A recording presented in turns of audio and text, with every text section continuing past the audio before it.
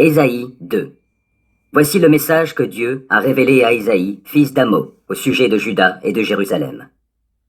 Dans l'avenir, il adviendra que le mont sur lequel est le temple de l'Éternel sera fermement établi au-dessus des montagnes, et il s'élèvera par-dessus toutes les hauteurs, et tous les peuples étrangers y afflueront. Oui, de nombreux peuples viendront en se disant les uns aux autres: Venez, montons au mont de l'Éternel, au temple du Dieu de Jacob. Il nous enseignera les voies qu'il a prescrites. Nous suivrons ses sentiers. Car de Sion viendra la loi, et de Jérusalem la parole de l'Éternel. Et il sera l'arbitre entre les nations. Oui, il sera le juge de nombreux peuples. Martelant leurs épées, ils forgeront des socs pour leurs charrues, et de leurs lances, ils feront des faucilles. Plus aucune nation ne brandira l'épée contre une autre nation, et l'on n'apprendra plus la guerre.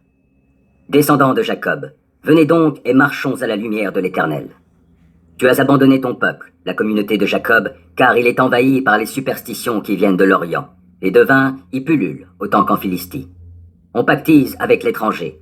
Le pays est rempli d'argent et d'or et de trésors sans fin. Il est plein de chevaux, et ses chars de combat ne peuvent se compter. Le pays est rempli d'idoles, et les gens se prosternent devant leurs propres œuvres fabriquées de leurs mains. Mais les hommes s'inclineront, ils seront humiliés. Ne leur pardonne pas. Réfugiez-vous dans les rochers et cachez-vous sous terre à cause des terreurs que l'Éternel provoque de l'éclat de sa majesté. L'homme au regard hautain devra baisser les yeux, l'orgueil humain sera brisé, car en ce jour-là, l'Éternel sera seul honoré. Car l'Éternel, le Seigneur des armées célestes, tient en réserve un jour où il se dressera contre tous les hautains, les arrogants, les orgueilleux, pour qu'ils soient abaissés. Contre les cèdres du Liban, qui s'élèvent bien haut, et contre tous les chênes des plateaux du bassin, et contre les hautes montagnes, et contre les collines qui sont altières, contre toutes les tours qui sont très élevées, et toutes les murailles qui sont fortifiées, contre les vaisseaux au long cours et leurs denrées précieuses. Il courbera la fierté des humains, et il abaissera l'orgueil humain. Car, en ce jour-là, l'Éternel sera seul honoré, et toutes les idoles disparaîtront ensemble.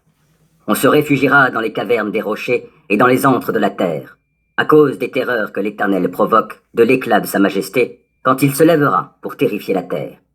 En ce jour-là, les hommes jetteront aux taupes et aux chauves-souris les idoles d'argent et les idoles d'or, qu'ils se sont fabriquées pour se prosterner devant elles.